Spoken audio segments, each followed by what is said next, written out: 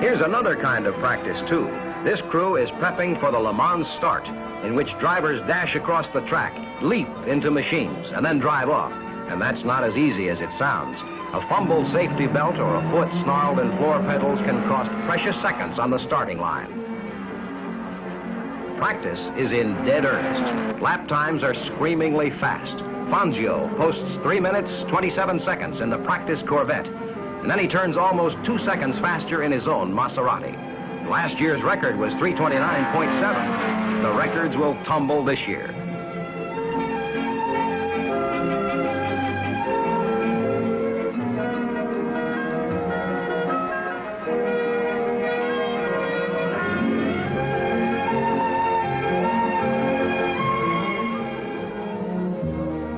Let's take a look at this 5 2/10 mile circuit with 13 corners. In the Le Mans start, each driver stands across track from his mount, and that's when the butterflies start working. The timing equipment in this shed gets a final check. But to waiting drivers, the minutes swell to hours as 100 pre-race preparations fall into position. 15, 14, 13, 12, 11, 10, 9, 8, 7, 6, 5, 4, 3, 2, 1, 0.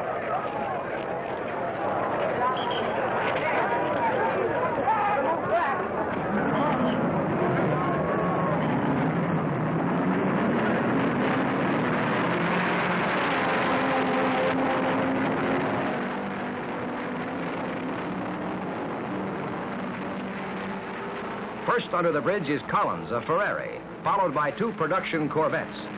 Then comes Hawthorne in the Jag as the cars get rolling. Now through the chicane and into the S's. Next, full throttle into Big Bend. These first turns of the first lap where nobody gives way are motor racing's moment of truth.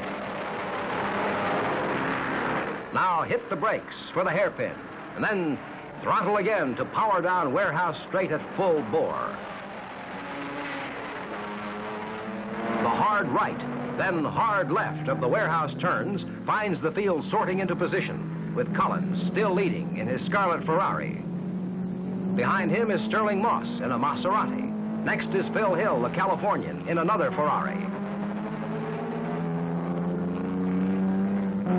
Now booming out of a right-angled bend down the north-south runway, the field screams through the first lap.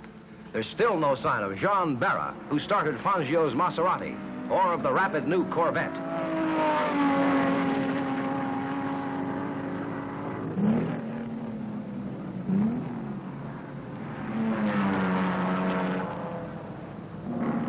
Here's Hansgen in number 7 Jaguar, passing Duncan in number 2 Corvette. Now the slowdown for the U-turn, and into the main straight with everything pushed to the firewall.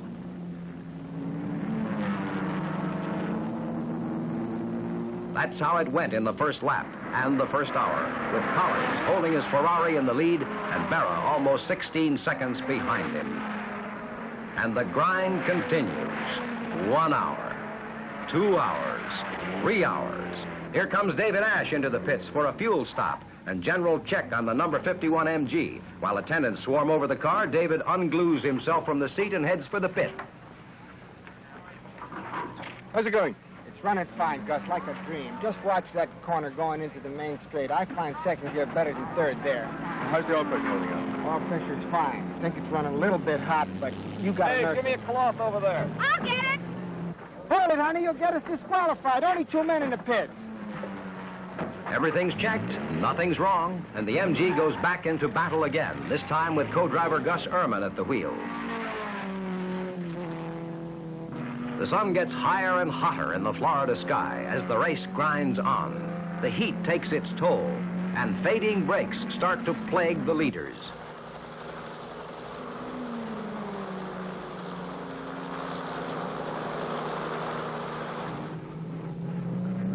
The smaller cars are lapped repeatedly, and like this Renault, they move over for faster cars.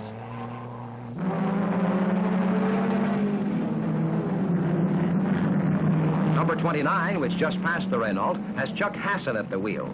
And now, leading the MG he just passed, he comes boring through the chicane. And there he goes.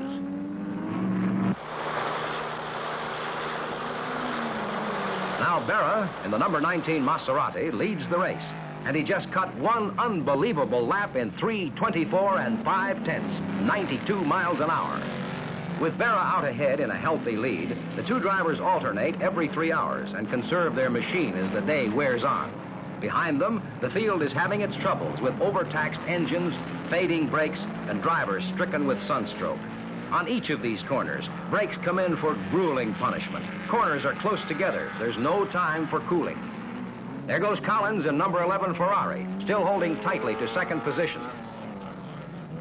Now coming up to enter the hairpin is Berra, increasing his lead with Fangio's car, number 19. Here comes Bonnier in number 22 Maserati. He has just relieved Scarlatti at the wheel of this Italian machine, one of 7 Maserati entries. Driver changes are frequent now. At the 3rd hour, Bill Pollock, West Coast driver, relieved Lance Raventlow at the wheel of Raventlow's spanking new Maserati. And at the same time, Lou Brero, lumberman from California, was pulled from the cockpit of his car with heat prostration. And young Maston Gregory took the wheel.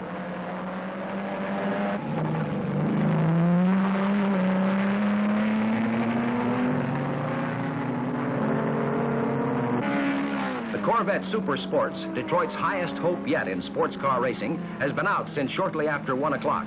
3 other Corvettes are still running strongly at the end of the 4th hour of racing, when 15 of the 65 cars have retired with a variety of ailments.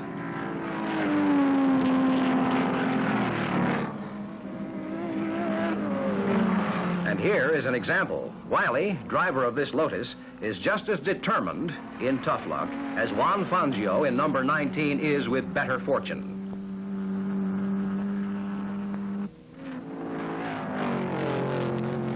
Under the rules, drivers may receive no help on the course, so Wiley is pushing his car into the pits for repairs, which must be done with parts and tools carried in the car, plus the help of his pit crew. Mary clocks David.